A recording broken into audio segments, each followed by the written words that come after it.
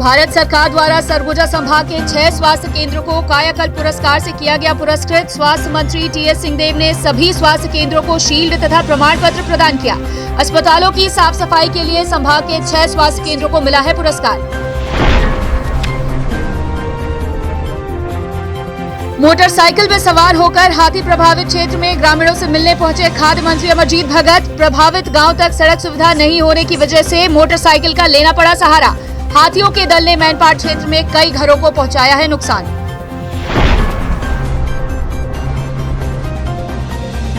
Surajpur collector Gaurav Kumar Singh की appeal पर एकजुट हुए समाजसेवी संगठन और सरकारी विभाग। कोरोना आपदा से निपटने सभी ने बढ़ाया हाथ। स्वास्थ्य सुविधा को बढ़ाने कलेक्टर द्वारा किया जा रहा है प्रयास।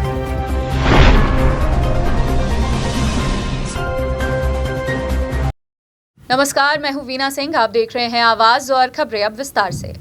भारत सरकार द्वारा सरगुजा संभाग के 6 स्वास्थ्य केंद्रों को कायाकल्प पुरस्कार से पुरस्कृत किया गया है। वहीं प्रदेश के स्वास्थ्य मंत्री टीएस सिंहदेव ने भारत सरकार द्वारा पुरस्कृत सभी स्वास्थ्य केंद्रों को शील्ड तथा प्रमाण पत्र प्रदान किया है।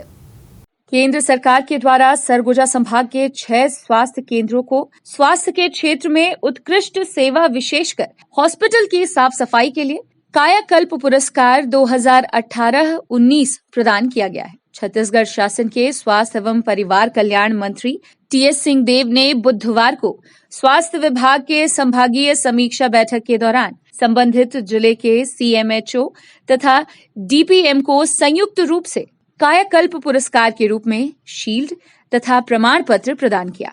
इसमें सरगुजा जिले के यूपीएचसी नवापारा तथा पीएचसी लुंड्रा, सूरजपुर जिले के पीएचसी बसदेई, कोरिया जिले के पीएचसी खड़गवां, जशपुर जिले के पीएचसी भेलवां तथा बलरामपुर जिले के मुरकौल पीएचसी शामिल हैं। इस अवसर पर जिला पंचायत सरगुजा के अध्यक्ष मधु सिंह, जिला पंचायत सदस्य आदितेश्वर शरण सिंह देव, यूनिसेफ के प्रतिनिधि डॉक्टर योगेश जैन, स्वास्थ्य विभाग के संयुक्त संचालक doctor PS Sisodia, dean doctor R Murthy तथा संभाग के जिलों के सीएमएचओ, डीपीएम सहित स्वास्थ्य विभाग के अन्य अधिकारी कर्मचारी उपस्थित थे।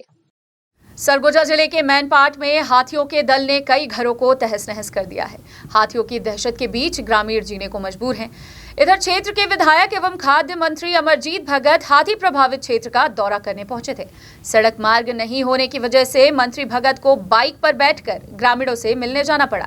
छत्तीसगढ़ के खाद्य मंत्री और सीतापुर विधायक अमरजीत भगत सरगुजा जिले के मैनपाट दौरे पर थे। इस दौरान उन्होंने मैनपाट के हाथी प्रभावित गांवों का दौरा किया। खास बात ये रही कि मंत्री मोटरसाइकिल से हाथी प्रभावित गांव पहुंचे। गौरतलब है कि जिन गांवों में हाथी पिछले कुछ महीने से जानलेवा चहलकदमी कर रहे हैं, उनमें से कई गांव तक पहुंचने के लिए पगडंडी जैसे रास्तों से गुजरना पड़ता है। शायद यही वजह है कि मंत्री अमरजीत भगत को हाथी प्रभावित गांव तक पहुंचने के लिए मोटरसाइकिल यात्रा करनी पड़ी। गौरतलब है कि सीतापुर से 4 बार विधायक रह चुके छत्तीसगढ़ सरकार के मंत्री अमरजीत भगत अपने विधानसभा के मैनपाट ब्लॉक पहुंचे। उन्होंने वहां पौधारोपण किया।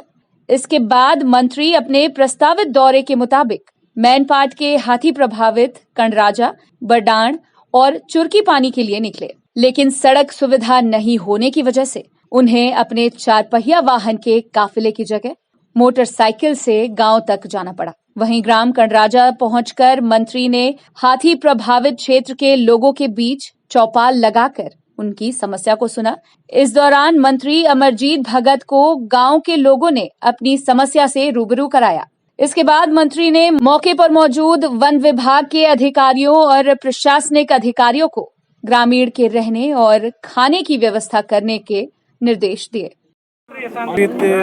क्षेत्र के ग्राम कंडराजा, बरडांड, बरवाली, चोरकी पानी, मेंढर ढाब, कंडराजा कॉलोनी, दाती ढाब, इतने गांव के लोगों को यहाँ पर बुलाया गया था।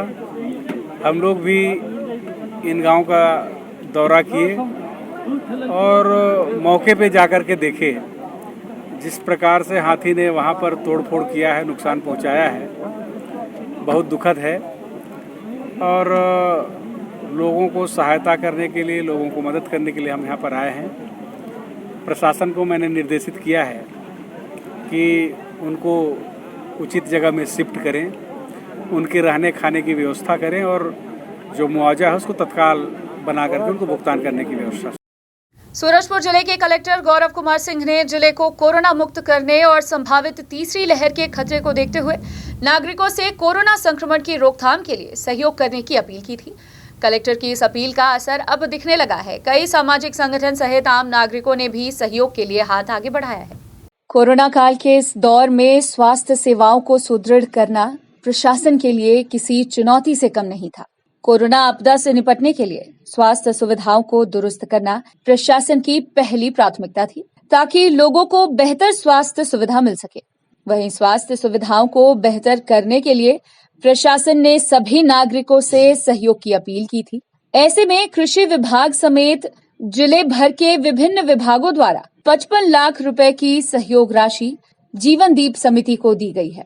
वहीं जिले भर के विभिन्न सामाजिक संगठन सहयोग के लिए आगे आए हैं। साहू समाज सहित दर्जनों सामाजिक संगठनों द्वारा 18 लाख रुपए की सहयोग राशि कलेक्टर गौरव कुमार सिंह के माध्यम से जीवन दीप समिति को दिया गया, जिससे जिले की स्वास्थ्य सुविधाओं को और बेहतर बनाया जा सके। देखिए, मेरे द्वारा इसको लेकर आग्रह किया गया था, जिस पर शासकीय अधिकारी कर्मचारियों ने लगभग 55 लाख रुपए और अन्य जन सहयोग से करीब 18 लाख रुपए की राशि या तो जमा हो गई है या सीधी जमा होने का वो विचार आ गया है। कोरोना काल के इस दौर में लोग एक दूसरे के सहयोग के लिए सामने आ रहे हैं।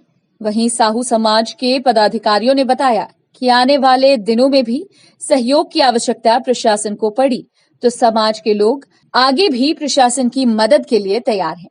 साथ ही सभी मिलकर कोरोना से जंग जीतेंगे।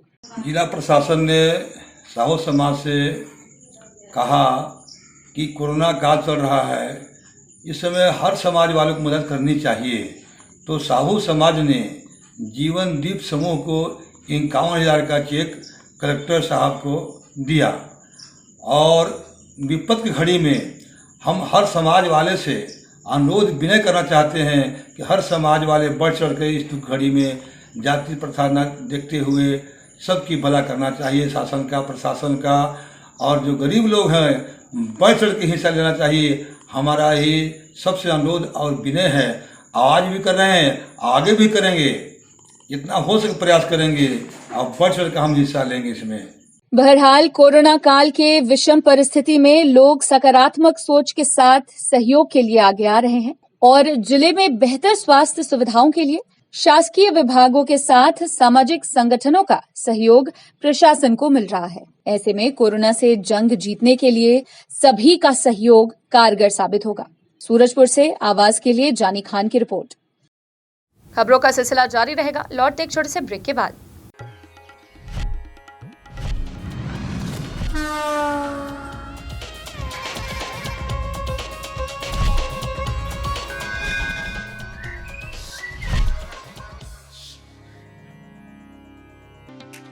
पेश है 100% फूड ग्रेड प्लास्टिक से तैयार फोनिक्स रोटो मोल्ड वाटर टैंक।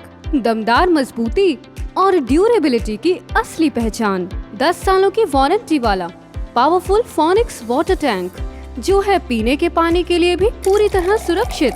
साथ ही हम बनाते हैं हर तरह के PVC pipes and fitting items. संपर्क करें 9826515093 पर।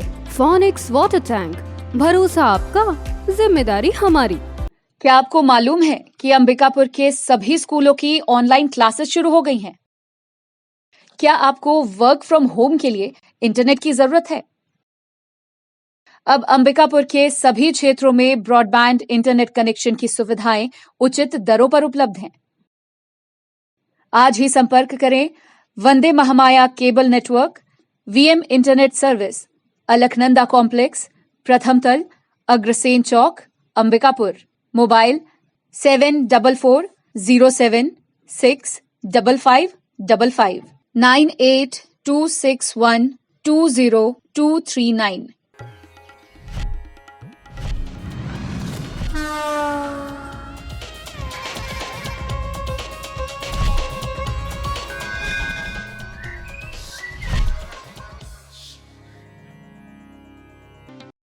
ब्रेक के बाद आपका स्वागत है। प्रदेश के स्वास्थ्य मंत्री टीएस सिंहदेव बुधवार को पीपीई किट पहनकर अंबिकापुर मेडिकल कॉलेज के कोविड अस्पताल में बने आईसीयू वार्ड में कोरोना संक्रमित मरीजों का हालचाल जानने पहुंचे थे। इस दौरान उन्होंने आईसीयू वार्ड का जायजा भी लिया, साथ ही कोरोना संक्रमित मरीजों से बातचीत कर उनके जल्द स्वस्थ होने की कामना की। छत्तीसगढ़ के स्वास्थ्य मंत्री टीएस सिंहदेव इन दिनों सरगुजा जिले के दौरे पर हैं। मंत्री सिंहदेव ने बुधवार को जिला पंचायत सभा कक्ष में अधिकारियों की बैठक ली। इसके बाद वे मेडिकल कॉलेज अस्पताल पहुंचे थे। इस दौरान मंत्री सिंहदेव ने पीपीई किट पहनकर कोविड अस्पताल के आईसीयू वार्ड का जायजा लिया, साथ ही गंभीर कोरोना संक्रमित मरीजों का हालचाल जाना और उनके जल्द स्वस्थ होने की कामना की। मंत्री सिंहदेव ने कहा कि लगातार ये बातें सामने आ रही थी कि चिकित्सक सहित स्वास्थ्य कर्मी पीपीई किट पहनकर कोविड वार्ड में जाने से झिझकते हैं। इसी को ध्यान में रखकर मंत्री सिंहदेव चिकित्सकों और स्वास्थ्य कर्मियों का हौसला अफजाई करने कोविड अस्पताल के आईसीयू वार्ड में मरीजों से मिलने पहुंचे थे। इसके अलावा मंत्री सिंहदेव ने कहा कि मरीजों के बेहतर प्रबंधन की दिशा में कार्य किया जाएगा, ताकि मेडिकल कॉलेज अस्पताल में पहुंचकर इलाज कराने वाले कोरोना संक्रमित मरीजों को और भी बेहतर सुविधा और उपचार मिल सके। वहीं मंत्री सिंहदेव ने अपने इस अनुभव को साझा करते हुए कहा कि यदि कोविड अस्पताल में एयर कंडीशन की सुविधा न हो तो पीपीई किट पहनकर किसी भी चिकित्सक और स्वास्थ्य कर्मी के लिए मरीजों का उपचार करना किसी चुनौती से कम नहीं है। वहीं कोविड अस्पताल के आईसीयू वार्ड के संबंध में स्वास्थ्य मंत्री ने कहा कि अस्पताल प्रबंधन द्वारा मरीजों के इलाज के लिए बेहतर व्यवस्था की गई है। गौरतलब है कि प्रदेश के स्वास्थ्य मंत्री टीएस सिंहदेव कोरोना प्रोटोकॉल को ध्यान में रखकर पहली बार खुद कोविड अस्पताल का निरीक्षण करने पहुंचे थे। आज संभागीय स्तर की हम लोगों ने समीक्षा रखी थी। पांचों जिलों के सीएमएचओ साहब, सिविल सर्जन, डीपीएम और मेडिकल कॉलेज के हमारे डीन साहब सब ने अटेंड किया था और कुछ बातें आई।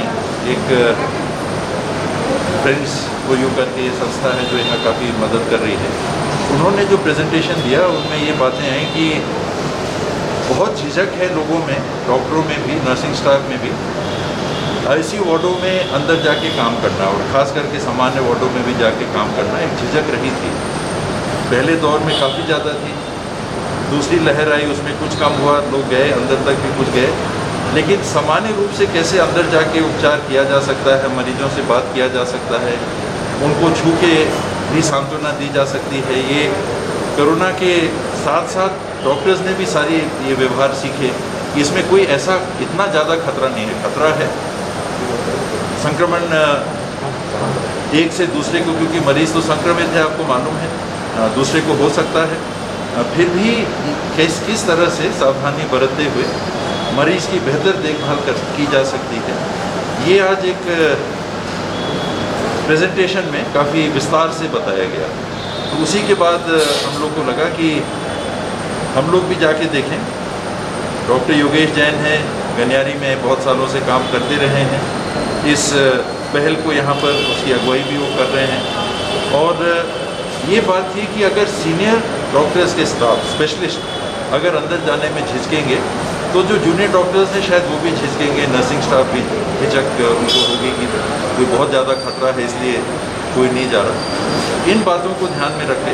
उनका ये कहना था कि एक बार आप भी चल के देखें कि वस्तुस्थिति क्या रहती है, कैसा प्रबंधन है, किस हद तक का खतरा हो सकता है। तो जो नर्सिंग स्टाफ हमारा, डॉक्टर्स का स्टाफ हमारा सतत उस वातावरण में रह के उपचार करता है, उसी को देखने के लिए मैं भी गया था और बेहतर प्रबंधन मरीजों का और हो भी सकता है और कैसे करें उसी दिशा में सारी देख सकते हैं कि इसमें कठिनाई होती है। और उनके वेटिंग रूम में आए डॉक्टर्स, उनने पीपीई किट पहनी और एयर कंडीशन भी अगर कमरा नहीं है तो बहुत दिक्कत होगी। तो लगातार किट पहन के बैठ नहीं सकता कोई भी, बहुत समय तक बैठ नहीं सकता। तो ये एक तरह से हम लोग के लिए भी देखने और सीखने का मौका है कि जिनसे हम चाहते हैं कि काम लें, उनकी जिम्मेदारियों का वो बेहतर निर्वहन करें, तो बेहतर व्यवस्थाएं भी साथ में देने की आवश्यकता है। अंदर तो बेहतर है, अंदर तो आईसीयू वार्डों में हर मरीज के चार्ट लगा हुआ था, उनको फॉलो अप कर रहे थे। अलग अलग प्रकार के मरीजों की स्थिति थी, कोई स्नेक बाइट से होके आया था, किसी को दूसरी बीमारी थी, कोई डायलिसिस पे था, उसके बाद कोरोना पकड़ा गया। मॉनिटर्स वगैरह लगातार सुचारू रूप से काम कर रहे हैं, रीडिंग्स सब आ रही हैं। तो अलग अलग प्रकार के मरीज़ थे और सबकी अलग अलग स्थितियां हैं, और कैसे हमारे डॉक्टर्स उनकी देखभाल करते हैं, कैसे नर्सेज 24 घंटे पेशेंट्स की देखभाल करते हैं, एक झलक देखने को मिली। कुछ पेशेंट से बात की, उनके हालचाल पूछा, एक तरह से उनको और विश्वास दिलाने की ही पहल थी कि ज़्यादा चिंता ना करें, आप अच्छे होंगे। कुछ पेशेंट्स की स्थिति चिंताजनक है कि किन्हीं कारणों से एक पेशेंट का क्रिटिनाइन लेवल 11, जो 1 होना चाहिए वो 11 है। तो ऐसे भी पेशेंट्स रहते हैं। आईसीयू में आना मतलब बहुत गंभीर स्थिति में आप हैं, काफ़ी गंभीर स्थिति में आप हैं, तब आईसीयू तक आप पहुंच रहे हैं। तो इन गंभीर स्थिति के मरीजों के हालचाल देखने का हम लोगों ने प्रयास किया। ये करीब करीब आखिरी सीढ़ी है, वेंटिलेटर के पहले की सीढ़ी है, और यहाँ तक बेहतर अगर उपचार मिल जाता है तो अगली सीढ़ी चढ़ने से भी बचा जाता है। श्रम कल्याण बोर्ड के अध्यक्ष शफी अहमद को कैबिनेट मंत्री का दर्जा प्राप्त होने से समर्थकों में खुशी की लहर है। शफी अहमद के प्रथम नगर आगमन पर उनके समर्थकों द्वारा जोरदार स्वागत किया गया। वहीं मोहल्ले वासियों ने स्वागत समारोह का आयोजन कर दर्जा प्राप्त कैबिनेट मंत्री शफी अहमद का स्वागत किया। इस अवसर पर श्रम कल्याण बोर्ड के अध्यक्ष एवं दर्जा प्राप्त कैबिनेट मंत्री शफी अहमद ने कहा कि वे श्रमिकों के उत्थान के लिए हर संभव कार्य करेंगे, साथ ही ज्यादा से ज्यादा श्रमिकों को सरकार की योजनाओं का लाभ मिल सके, इस ओर भी उनके द्वारा कार्य किया जाएगा। सबके प्रति गहरा आभार व्यक्त करता हूँ। जो जिम्मेदारी पार्टी की ओर से मिली है, माननीय महाराज साहब के विशेष प्रयास से, माननीय मुख्यमंत्री जी के आशीर्वाद से और मंत्रिमंडल के सभी सदस्यों के द्वारा जो जिम्मेदारी दी गई है, इस जिम्मेदारी को निभाने का पूरा प्रयास करूँगा। श्रमिकों से जुड़ा हुआ विभाग है और इसमें बहुत सारी कमियां हैं, प्रचार प्रसार में भी कमियां हैं, इसमें तेज़ी लाने का प्रयास होगा। और जहां कहीं भी श्रमिकों का शोषण हो रहा है उसके लिए पहल करना, उसमें सुधार लाने का पूरा प्रयास करना, उनके लिए योजना बनाना जिससे कि उनके जीवन स्तर में सुधार आ सके और उनके बच्चों के लिए जो शिक्षा के स्तर में सुधार करने के लिए जो छात्रवृत्ति की योजना है उसको और उसमें राशि बढ़ाने की व्यवस्था। आज सिलाई सेंटर की बात होती है तो मैं ये मानता हूँ कि अब आधुनिक सिलाई सेंटर की भी आवश्यकता है, जहाँ पे पैंट शर्ट बने, टी शर्ट बने, कोट बने, जैकेट बने, इस तरीके का सिलाई सेंटर का स्थापना। साथ ही दाल भात सेंटर, जो श्रमिक जो क्षेत्र हैं वहाँ पे दाल भात सेंटर की स्थापना करना, जहाँ से कम पैसे में उनको खाने की अच्छी व्यवस्था मिल सके। इस तरीके की व्यवस्था की सोच है कि जैसे इसमें ज़्यादा से ज़्यादा काम कर सके। ओलंपिक जाने वाली टीम के लिए चीयर फॉर इंडिया अभियान की शुरुआत अंबिकापुर में जिला बास्केटबॉल संघ के तत्वाधान में की गई है। इस अभियान के तहत टोक्यो ओलंपिक में शामिल होने वाले भारतीय ओलंपिक खिलाड़ियों को प्रोत्साहित किया जाएगा। भारतीय ओलंपिक संघ के द्वारा ओलंपिक में जाने वाली टीम के लिए चीयर फॉर इंडिया अभियान के तहत सेल्फी पॉइंट की शुरुआत की गई है। सरगुजा जिले में इसकी शुरुआत अंबिकापुर के स्टेडियम से की गई है, जहां भारतीय ओलंपिक खिलाड़ियों को प्रोत्साहित और उत्साहवर्धन के लिए इस अभियान की शुरुआत हुई है। सेल्फी स्टैंड का फीता काटकर अभियान का प्रारंभ किया गया। गौरतलब है कि इस अभियान का आयोजन सरगुजा जिला बास्केटबॉल संघ के तत्वाधान में किया जा रहा है। कार्यक्रम के शुभारंभ अवसर पर सरगुजा जिला बास्केटबॉल संघ के अध्यक्ष आदितेश्वर शरण सिंह देव, जिला कांग्रेस कमेटी के अध्यक्ष राकेश गुप्ता सहित जनप्रतिनिधि एवं जिले भर के खिलाड़ी उपस्थित थे। सरगुजा जिला बास्केटबॉल संघ के सचिव राजेश प्रताप सिंह ने बताया कि लोगों के बीच खिलाड़ियों के समर्थन में सामने आने की पहल और भारतीय ओलंपिक खिलाड़ियों को टोक्यो में उत्कृष्ट प्रदर्शन करने के लिए उत्साहवर्धन हेतु आयोजन किया गया है। आज भारतीय ओलंपिक की ओर से ये पूरे भारत में आयोजन किया जा रहा है और ये ओलंपिक में जो हमारे भारतीय खिलाड़ी जा रहे हैं उनके प्रोत्साहन और उनके उत्साहवर्धन के लिए ये चीयर फॉर इंडिया का ये प्रोग्राम है, जिसमें सेल्फी करके अपने भारतीय खिलाड़ियों को प्रोत्साहन करना है। और ये छत्तीसगढ़ में ये सरगुजा जिला बास्केटबॉल संघ भी स्टार्ट कर रहा है। आज मुख्य अतिथियों और सभी संघ से जुड़े हुए लोग, जितने खेल से जुड़े हुए लोग हैं, उनके द्वारा सेल्फी स्टैंड का उद्घाटन करके और सेल्फी का सभी गेस्टों से खेल भावना का प्रदर्शित करते हुए और भारतीय खिलाड़ियों को प्रोत्साहन करने के लिए सभी ने आशीर्वाद सदुपयोग किया। फिलहाल वक्त है एक और छोटे से ब्रेक का, जल्द लौटते हैं।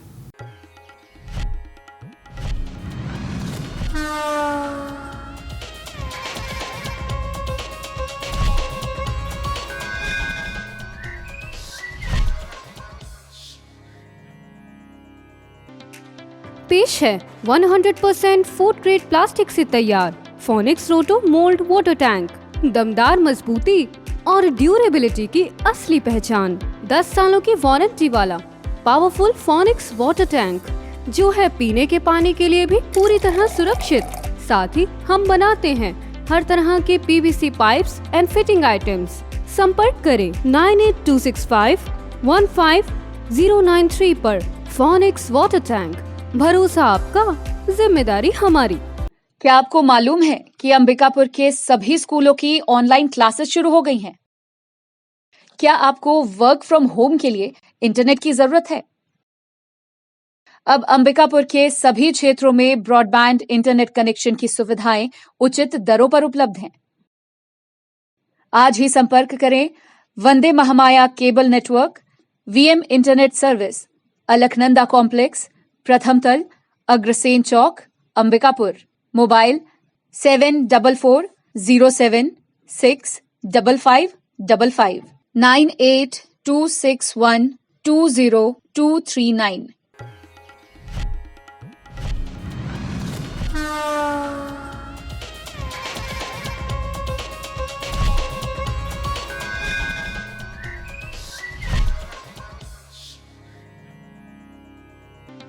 ब्रेक के बाद आपका स्वागत है। बढ़ते हैं अगली खबर की ओर। सूरजपुर जिले की बिश्रामपुर निवासी मनप्रीत कौर नाम की एक युवती ने सरगुजा रेंज आईजी को ज्ञापन सौंपा है। पीड़ित युवती का आरोप है कि पिता के देहांत के बाद उसकी रिश्तेदार कश्मीर कौर पीड़िता के परिवार को प्रताड़ित कर रही हैं।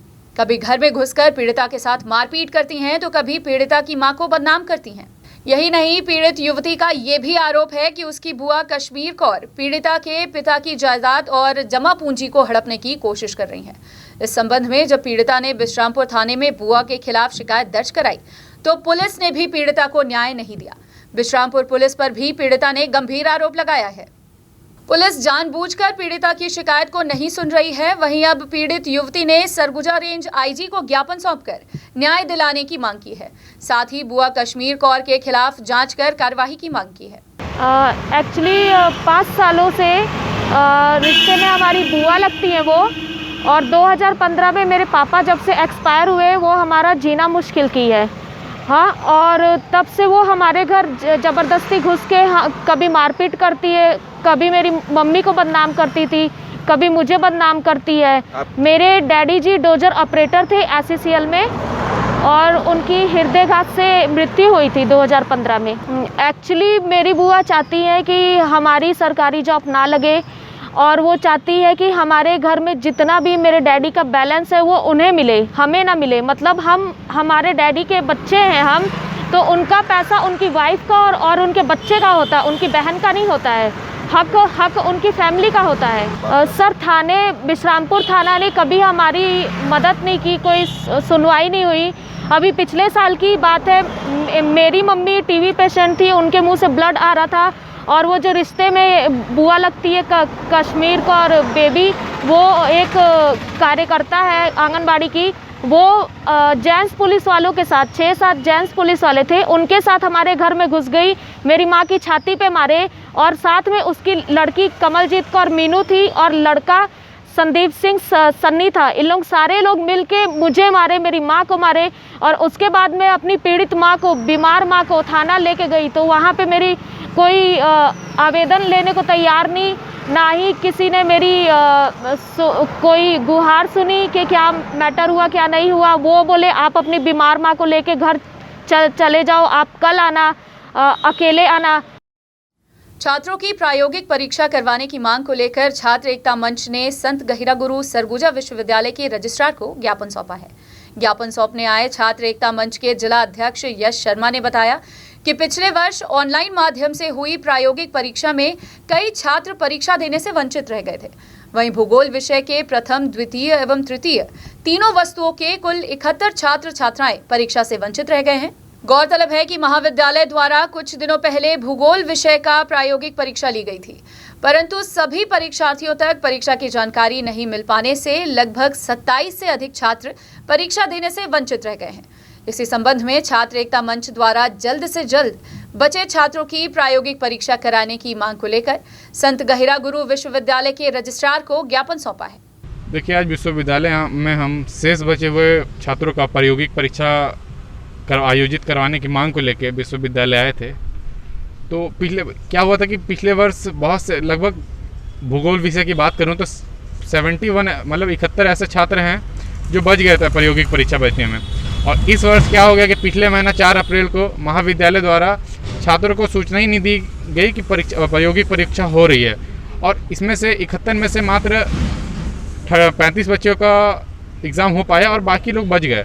तो हमारी मांग थी कि जो शेष बच्चे छात्र छात्राएं बच गए हैं उनका भी इस वर्ष जल्द से जल्द प्रायोगिक परीक्षा किया जाए।